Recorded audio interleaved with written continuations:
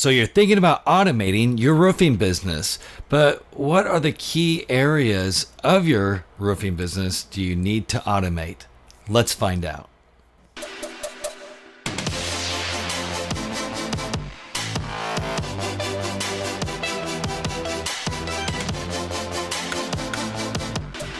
Hi, this is Daniel Laxton, and you're listening to the Roofing Business Builder Podcast.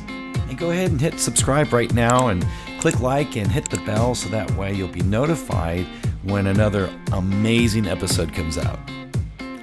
In this episode, we're going to be talking about automation, delegation, and outsourcing, but it's based on a weekly wins call that we've done with our customers that are within the Roofing Business Builder program. We do this once a week on Wednesday. We meet together, and so this is basically one of the recordings for the weekly wins where Leah and I go over those key areas to automate, delegate, and outsource. So let's look into our live training that was handled during the weekly wins. But before we begin, let's start with our mindset practice. And this week, we're going to have the intention of that I love my free time. I love my free time. And so it doesn't matter if right now you're super busy. Maybe your schedule is really full, and then this will really resonate with you that you love your free time. Or if maybe your schedule's not full and you feel like, wow, I need to get a lot more done. I need more customers. I need to grow my income before I think about my free time. But the truth is thinking about that. I love my free time, that you're visualizing in the future that you have free time and your business is running itself. And when you hold this intention, it's really good because one, it's kind of fun to think, oh yeah, I love my free time. But two, you're drawing that into your reality. So practice that intention. I love my free time. And we're going to get into talking a little bit more about automation today. Key areas to automate and delegate. That's what we're going to be talking about. Let's talk about prospecting. This is one area you can actually automate your business. Now, as you know, I always say that when it comes to commercial, we want to spend more time on LinkedIn as a real person, but you still can set up a bot to at least take care of that first initial contact where you don't sound like a bot. You actually sound like a person that's offering value to that customer. And when that customer says, ooh, I resonate with this value, and they'll type you back. Well, that's when you definitely want to actually answer as a person, and maybe not necessarily you as the business owner, but definitely your employees, your salesmen that are within that niche. So if we have a niche, then each of our salesmen are in those niches. So they're going to be answering that person. So you want to train your salesmen. Sure, you can automate a certain section of the prospecting, but then we want to have that real conversation with a real person. And that's from the customer's perspective. I want to talk to a real salesperson that's going to bring me more value. You know, you're dangling a carrot of value, then you're going to get more value.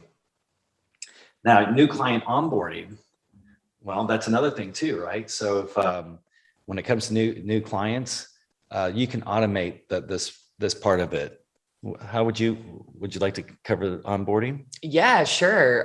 New client onboarding, you want to make this as easy as possible for them to schedule to be able to just start the project.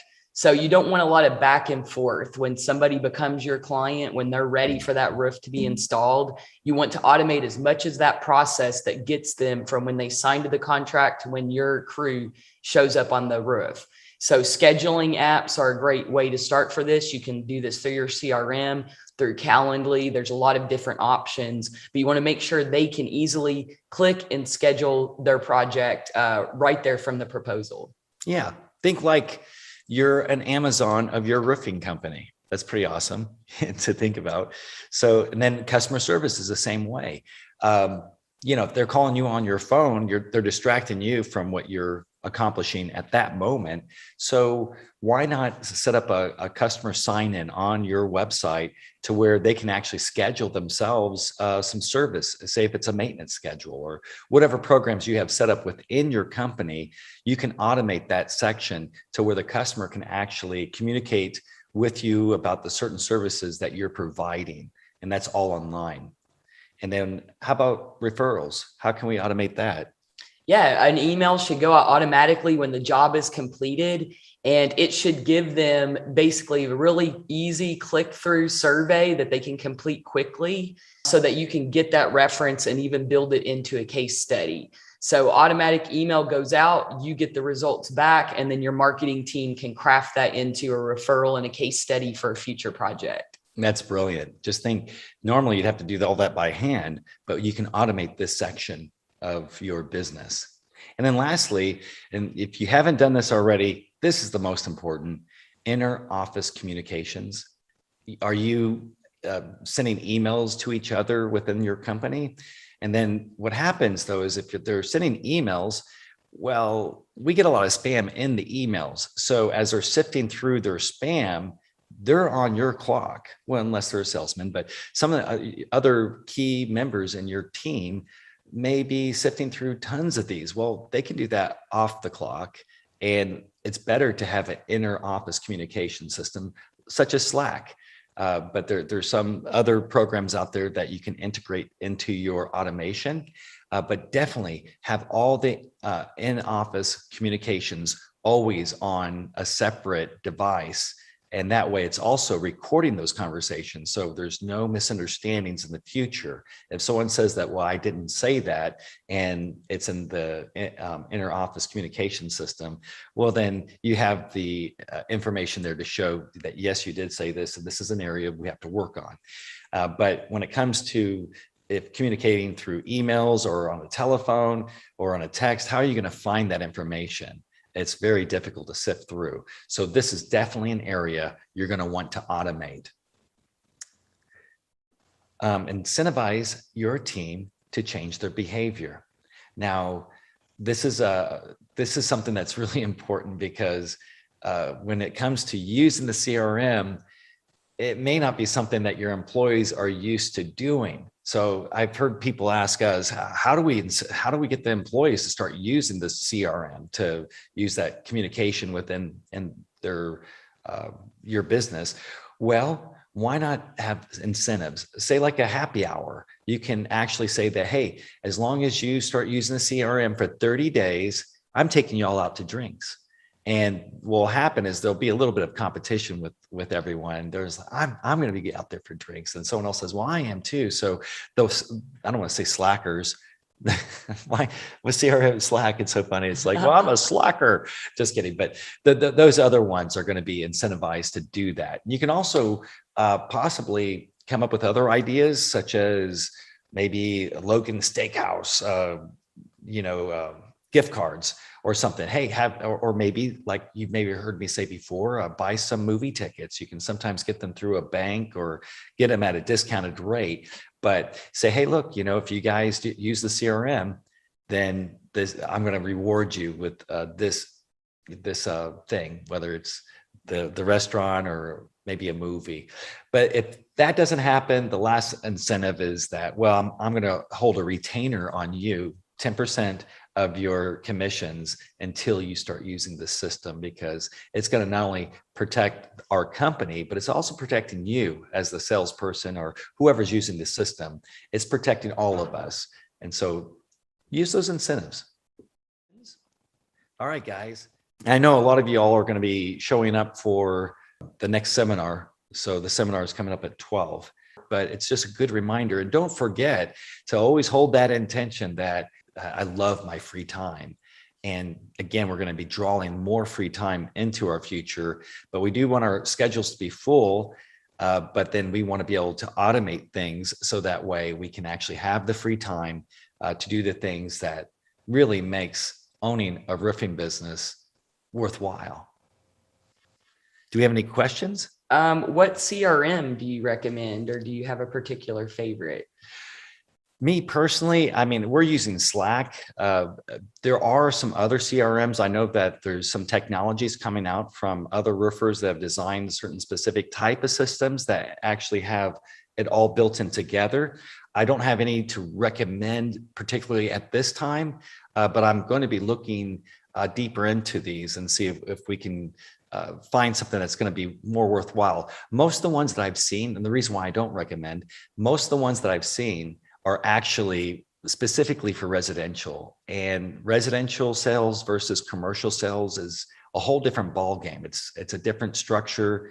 One is that you're going to be hitting multiple type of residential homes. You need a lot of those. Where in the commercial, you're going to be a little bit more boutique. You're going to be niched down. So I haven't seen a CRM that's specifically designed for commercial roofing yet. And you can use like HubSpot is one that we use, Salesforce, but Salesforce is really for larger companies that, you know, you have to have a dedicated person just to run that CRM inside your company. So don't recommend that for contractors under really 10 million. But HubSpot's a great option. I think RoofLink is one of the ones that's for roofing contractors specifically. You can check out, although it does lean towards residential, like Daniel said. So really it's just about getting one. Yeah. Get one you can export your contacts so that if you change your mind, you can export everything you've done and bring it to a new system.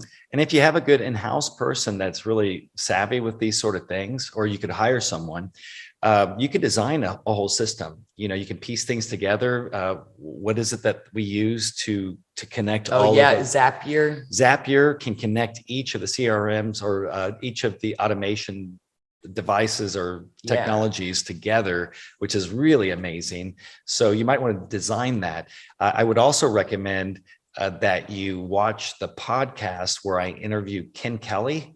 Ken Kelly, he designed a whole system to where even Microsoft brings him in as a speaker to speak to all kinds of people about the system that he designed through Microsoft's software. You could do the same thing. It's better to keep life simple, so maybe it'd be better to purchase that program. So, but watch that video and you'll get some ideas. That podcast, you can watch it on YouTube if you want to just actually see us interacting, or you can listen to it on iTunes or any other maybe podcast platform that you use. All right, so that's awesome. I think did we? You know, we did do. And now it's time for Did You Know?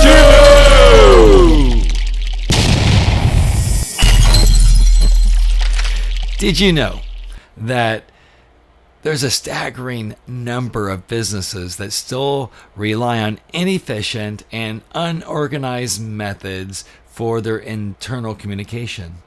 According to recent statistics, only 25% of companies have implemented and dedicated an internal communication system to streamline their communication processes. Now, this means that over 75% of businesses are missing out on the many benefits that you gain from using a centralized platform for internal communication needs. By adopting an internal communication system like Slack or Microsoft Teams or Trello, or there's many other types of internal communication systems, well, companies can experience a significant improvement in their workflows and productivity. And these platforms can offer a range of features designed to enhance for collaborations, eliminates confusion. It keeps track of important conversations, which is very important. And plus it provides a centralized hub for where your team members can communicate and share files and stay up to date on specific projects, even sharing photos. So not only does this internal communication system increase your efficiency, but it also reduces the risk of miscommunication. How many times did you maybe tell someone, oh yeah, you can have that day off, or reverse that, something was going on, and then an employee's not there and they're like, well, I told you. Well, with this internal communication system, all that stuff is tracked. And what's even more important too is you can use the platform as a educational platform too. So if you had a conversation with someone that you explained how to do a certain detail or how to handle certain forms or request forms or whatever procedure you have, well, once that information has been created, then it's searchable, and then you can have your employees, new employees can go and then actually learn right there on the internal communication system. So remember, effective communication is the backbone of any successful organization. So why settle for an outdated method when you can leverage modern technology to enhance your internal communication? So give it a try, see the positive impact it will have on your team's productivity and your overall success for your company. Be sure to drop me a message down below.